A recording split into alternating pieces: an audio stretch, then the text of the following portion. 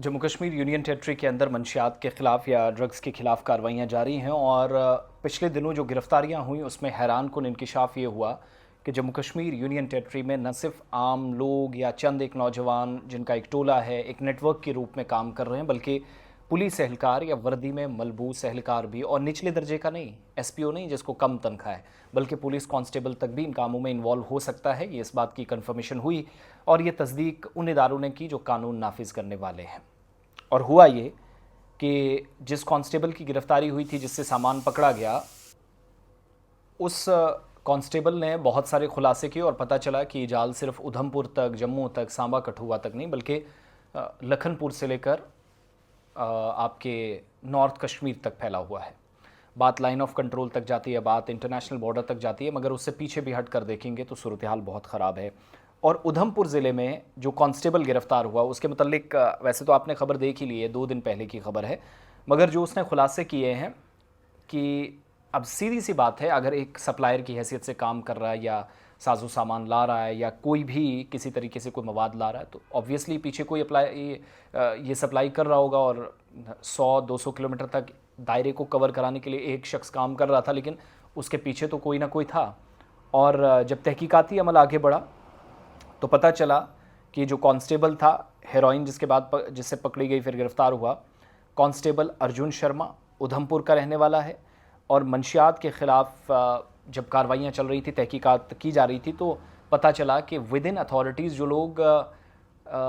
ये जो anti drugs campaign या मंशियात के ख़िलाफ़ कार्रवाइयाँ कर रहे थे, इनमें ये शख्स भी मुलव्वस था, खुद ही वहाँ पर। और जब कार्रवाइयाँ चलती थी, तहकीकात होती थी, तो ये गुमराह भी करता था कई बार, जिससे शक व शुबहात पैदा हुए और पुलिस ने अपना जब सोर्स लड़ाया तो पता चला कि जो 7-8 लोगों का ग्रुप था, नेशनल हाईवे से इंटरनल लिंक रोड्स पर, इंटरस्टेट बसेस पर या इंटर डिस्ट्रिक्ट बसेस पर नज़र रखता था, उनके अंदर भी एक वर्दी में मलबूस एहलकार है। बांसमोड़ कटरा रोड, ये वो जगह है जहां मामूल के मुताबिक कटरा से टिकरी एक गाड़ी जा रही थी और ये निजी गाड़ी थी, प्राइवेट व्हीकल थी।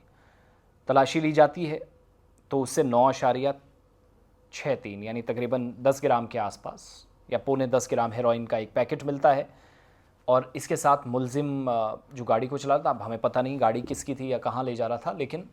कम से कम पुलिस की आंखें वहाँ पर खुली कि जब आप सर्चेज करते थे, दाएं बाएं किसी को पकड़ते थे,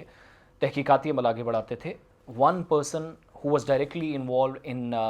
इलीगल और या जो गैर इखलाकी सरगर्मी थी, जिसको आप कहते हैं गैर इंसानी, इसमें उनका अपना एक बंदा था। तो मुख्तलिफ़ इलाकों में कार्रवाइयाँ होती हैं, पुलिस को इसके लिए सल्यूट होना चाहिए और किया भी जाना चाहिए, मगर बाकी जिन जिन इलाकों के अंदर जब जब एक्शन हुए, जो लोग पकड़े जाते रहे, क्या वाकई में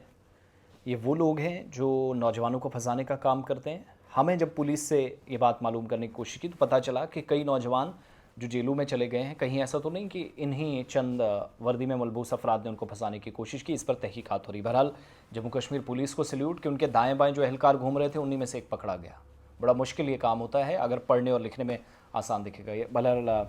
पुलिस कांस्टेबल, हैरानी की बात है, अर्जुन शर्मा पकड़ा गया है।